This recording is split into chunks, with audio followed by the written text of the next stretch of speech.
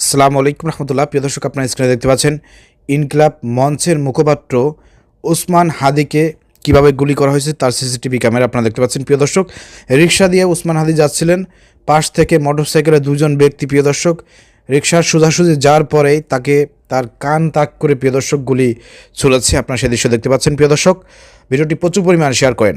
আমরা পুলিশ প্রশাসনের কাছে দাবি জানাচ্ছি অতি শীঘ্রই বিভিন্ন ভিডিও ফুটেজ তদন্ত করে এগুলো দেখে আপনারা আসামিদেরকে দ্রুত গ্রেপ্তার করেন। সারা বাংলাদেশের পরিবেশ পরিস্থিতি কিন্তু ভিন্ন দিকে যাবে। ছাত্র জনতা জেগে উঠবে। ইউনূস সরকারের পদত্যাগের জন্য কিন্তু দাবি উঠতে পারে। একজন জুলাই যোদ্ধাকে গুলি করা মানে সারা বাংলাদেশের উপরে গুলি ছোড়া। প্রিয় দর্শক, এটা কখন সহ্য করা যাচ্ছে না। ইতিমধ্যে ফুসে উঠেছে ছাত্র জনতা। প্রিয় দর্শক, কারা জড়িত আছে কোনোভাবে ছাড় দেওয়া হবে না। আসামিদেরকে গ্রেপ্তার করার পরে স্বীকারোক্তি দেওয়ার সঙ্গে সঙ্গেই ঠিক ওসমান হাদিকে যেভাবে তারা গুলি করেছে ঠিক ওই অনুরূপভাবে তাদেরকে মানে বেশি দিন ওই আপনার আদালতে নেবেন আনবেন বাঁচায় রাখবেন আর আমাদের ওসমান নদীর দুনিয়া থেকে নাই হয়ে যাবে, এই ধরনের ভাওতাবাজি বিচার এই বাংলাদেশের মাটি থেকে মুছে ফেলতে হবে। প্রিয় দর্শক, এই জন্য বলতে চাই ইসলামী হুকুমত দরকার। ইসলামিক হুকুমত প্রতিষ্ঠিত হলে পারে, আল্লাহর আইন ধারা বিচার ফায়সালা হলে পারে ইনশাল্লাহ আসামিদেরকে সাজা দিতে বেশি সময় লাগবে না। 1 মাসের মধ্যে সব কিছু কমপ্লিট করতে হবে। দুনিয়ায় যারা হত্যা করবে তাদের দুনিয়ায় 1 সেকেন্ড বেঁচে থাকার কোনো অধিকার নাই।